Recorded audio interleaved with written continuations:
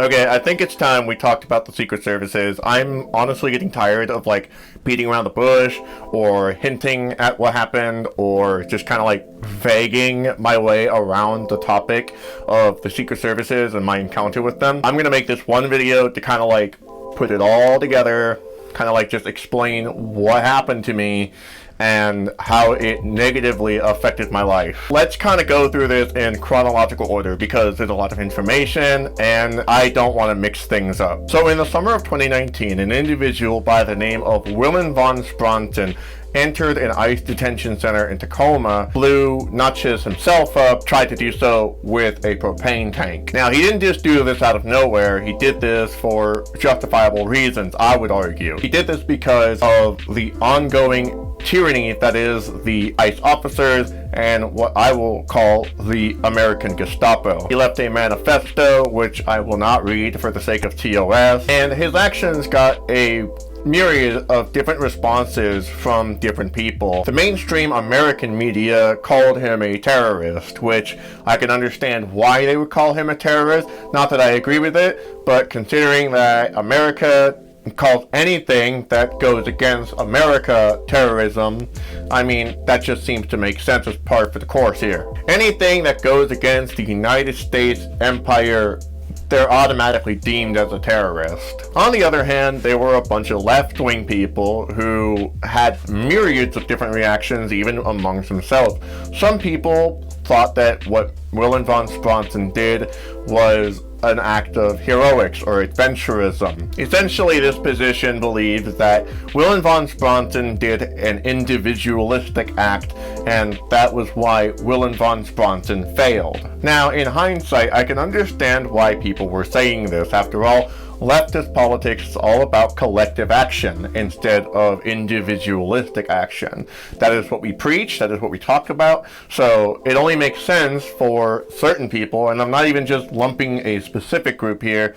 A lot of people did in fact see Willem von Spronten's actions as individualistic, and thus that is why he failed to do his task. I, on the other hand, saw this action as a call for action, because something does need to be done about ICE detention centers. On that day, I took to my camera and I was in a backyard and I started to film before everybody my thoughts on it. And I think to kind of boil it down, I had three main points. I support what Willem von Spronten did. I still do. I mean, let's just be honest here. While Willem von Spronten was unsuccessful, and while Willem von Spronten could have used the benefit of hindsight, I think that what Willem von Spronten did is in the spirit of things that do need to be done. ICE needs to be abolished, and now that Joseph Biden is president, I still think so. It's not better because Joseph Biden is president and Donald Trump is a convicted criminal, which we will talk about that later. Because Donald Trump has done so much to accelerate the violence under the Immigration and Customs Enforcement, it's essential that Congress fund another 10,000 ICE officers, and we're asking for that. And when you see these towns, and when you see these thugs being thrown into the back of a paddy wagon, you just see them thrown in, rough. I said, please don't be too nice. Like when you guys put somebody in the car and you're protecting their head, you know, the way you put their hand over. Like, don't hit their head, and they've just killed somebody, don't hit their head.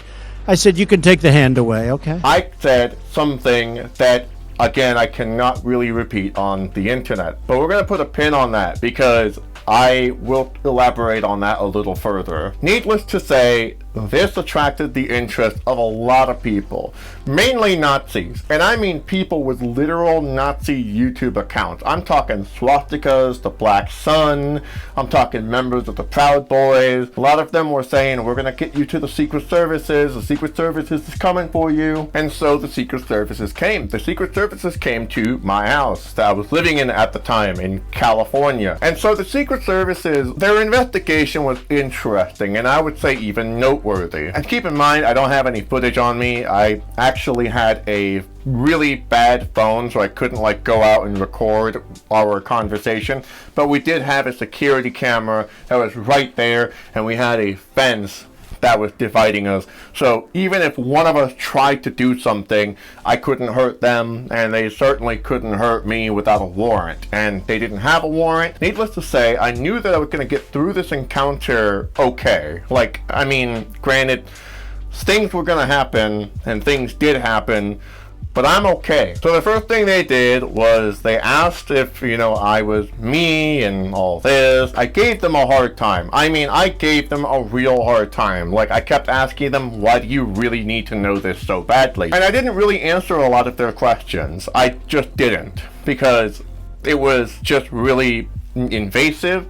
It had nothing to do with the investigation at hand. A lot of their questions were trick questions. I was aware that some of these questions were trick questions. For example, they tried to claim that in my video, I stated that I had firearms. At the time of living in California, no, I did not have firearms, and no, I did not say that in the video. My response was, quote me. Don't quote me, boy, 'cause I ain't said shit. And they couldn't.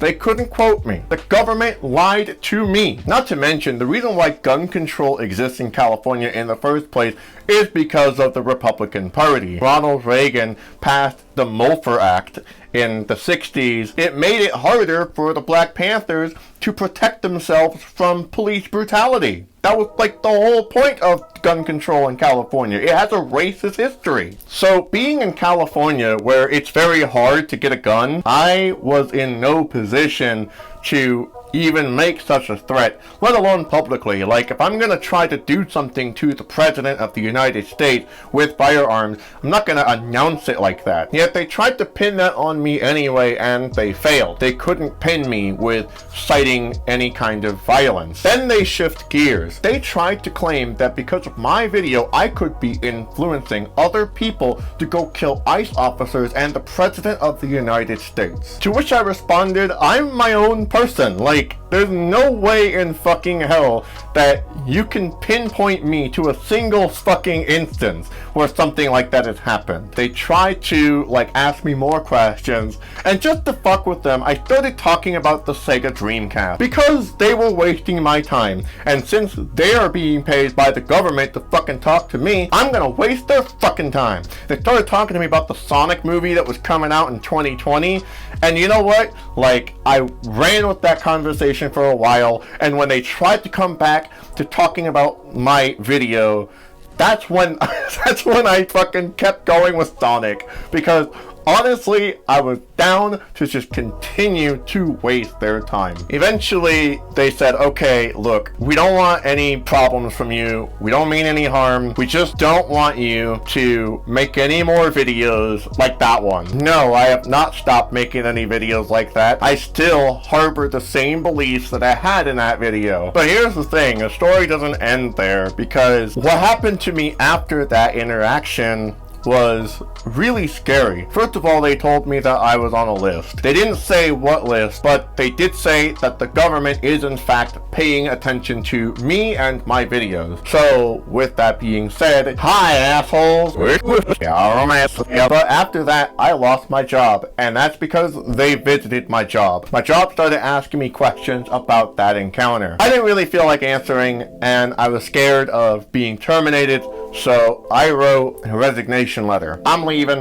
Peace out. Because of this, I lost my source of income, my car. That meant I couldn't go to the doctor to get hormone replacement therapy. For the first year of transitioning, I had to literally stop for 8 something months because I couldn't get HRT. I had to go homeless in order to get access to HRT. Not an ideal predicament to be in, especially when you're a trans person. So years go by, I'm homeless, and I have moved across the country. Donald Trump is in court several times for several cases: sexual misconduct, fraud, trying to overthrow the 2020 election, and I'm flying to California to visit my hometown, which is a video that you all saw recently. So flying out of the state that I currently live in, I have to do a layover in the state of New Jersey, more specifically Newark, New Jersey, where we had a delay, a pretty bad delay. Now, originally, I thought this delay was specifically because of the weather conditions. As you can tell, it is very rainy and foggy. But it only got more foggy as time went on, because I think the real reason was because of this motherfucker right here. From Newark International Airport in New Jersey, you can see right there his plane is actually behind the three white planes, and it's backing up. You see those flashing lights right now? That is actually part of his motorcade. Former President Trump just arrived not moments ago. Yeah, it's pretty possible that the delay was really because of the weather conditions, but you gotta keep in mind as well that it did only get foggier as time went on. And I think the Secret Services owes me an apology. I'm just saying that if you know, you know. And you know that what happened to me was really fucked up. I saw Donald Trump on his fucking plane going to Atlanta to get fucking arrested. The Secret Services were there. Now, of course, it wasn't the same people that visited me that day, and plus I didn't really see, like, the people in particular. I probably wouldn't have recognized them anyway. But the Secret Services were there to see Donald Trump get arrested. So at the end of the day, here's what we need to talk about. There's a few things that we need to just get across right away. Freedom of speech is a fucking myth. Freedom of speech seems to only empower those who further marginalizes the most vulnerable people in our country. I'm not in any fucking position to defend freedom of speech. On the other hand, on the principle of freedom of speech, where I should have the right to say what I want to say, this is a laughing contradiction of that principle. Because while I never incited violence or even hinted at violence, the video still got the attention of the federal government, who swears under oath to protect the Constitution. So even by their own standards, this is a laughing fucking contradiction of that principle. I find it rather ironic that what happened to me, I lost my income. I lost my livelihood. I lost my ability to get health care because of this. I lost my friends. And yet, Donald Trump is a convicted felon. I don't have a criminal record.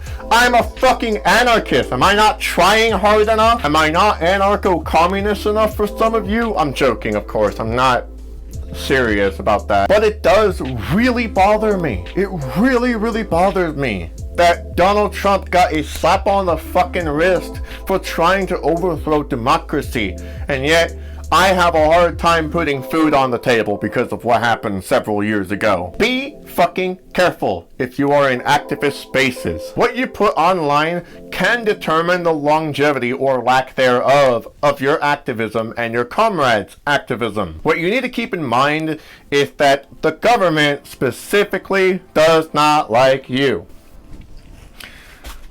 Especially if you are an anarchist or a communist or some philosophy that specifically goes against the status quo. So I would say this was a lesson for me, but I had to pay the price, and I wish that I hadn't. But I know that there are people today who are facing worse punishments. Somebody who was protecting a Black Lives Matter protest killed a Patriot Prayer member, and Donald Trump sent the fucking U.S. Marshals to go kill that person. Death is the ultimate consequence, unfortunately, for, slipping through the cracks. He was actually trying to prevent an entire crowd of people from being shot up by some fucking Twitter pro. You have people in Atlanta who are being arrested because they are organizing bail funds for people who have also been arrested for protesting the Cop City construction. People who have done non-violent action to stop that city from being built, they are being labeled as ecological terrorists. So even if you play everything by the books and you go with the electoral politics route and you go through, the peaceful protest route, they're still gonna fucking try to do something to subvert your voice. And even in the state of Tennessee, you have entire fucking state legislatures kicking out members of the Senate because they disagree with what the rest of the fucking Republican Party has to say. You also have people in the state of Tennessee like Gabrielle Hansen who had Nazis protect her and keep out the other candidates during a fucking press conference for her candidacy as the mayor of a local Nashville suburb. So make no mistake, okay? Reform isn't gonna be a thing. Reform can't happen if we want to see meaningful systemic change and meaningful social justice. And it does mean knocking on the devil's door sometimes, unfortunately. And what I mean by that, it does mean sometimes you gotta risk it all to get it. And sometimes